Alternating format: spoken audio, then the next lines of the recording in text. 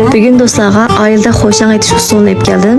Xo'shang deganimiz amaliyotda bo'laqmant aytganga o'pma o'xshash, faqat mayda zali qilgan yeri o'xshamaydi. Avval xamirni yo'g'irib olamiz. Xamirni bo'ldirimiz. Shunga avval bir qo'sh xamir turishni ilman suvda eritib olamiz. Bunday qilganda xamir texmi tez bo'ldi. O'zimizning ehtiyojiga asosan uni tayyor qilib olamiz. Ondan yarim qo'shiq tuz, tayyor qilib olgan xamir turishni qo'yib, ilmariq suvda xamirni yo'g'irib olamiz.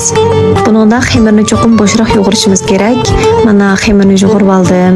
Texmi tezroq bo'lsin deb yanala tok ko'pisini ustiga qo'yib qo'ydim. Issiq ko'pining huzurini surib-da hozir. Xamir bo'g'icha qiymini tayyorlaymiz. Qiymini o'zimizning yoqtirishi bo'yicha yoki uyda nim bo'lsa shuni qo'ysak bo'ldi. Men basayning quyruq tarafini ishlatdim. Yana bir tal piyozni ishlatdim.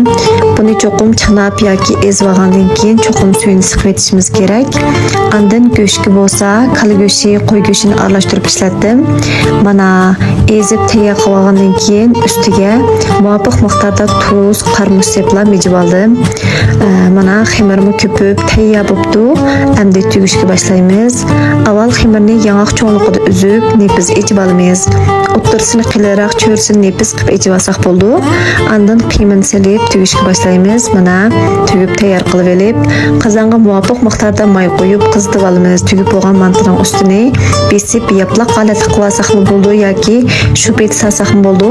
Men ikki xil shaklda qilib oldim. Do'stlarga ko'rsatib berish uchun yerimini besib yaplaq qilib oldim.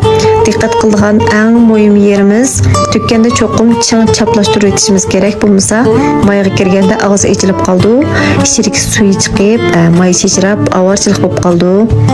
May qiziganda asta-asta mayga salsaqli bo'ldi. Asta qiziganda o'rib olamiz. Hamma yeri qizirib bo'lganda suzib evasak bo'ldi. Mushu usulda hammasini zali qilib bo'lgandan keyin jimbilg'i septimlaymiz. Faqat 10 minut dimlasak bo'ldi, chunki bu mayda zali qilish jarayonida yarim holatda pishib bo'ldi. Shunga jimbilg'i sag'an vaqtda 10 minut dimlasak bo'ldi. Jimbilg'i sag'anda ast-usti bo'lib qasma ish qisi yo'q. Bu endi chaplashib qolmaydi. Mana tayyor bo'ldi. Xo'shang mantidami yeyishlik bo'ldi. Shunga bolalarni bak yoqtirib yeydi. Atigini nashtlarda yeyishga bak mas keldi. Mayda zali qilib olgan xo'shangni jimbilda pishirmaylar. To'latqining muzildirgan yeriga sep qo'yib, jiddiy ahvollarda jimbilga qo'yiblar pishirib yesakmi bo'ldi.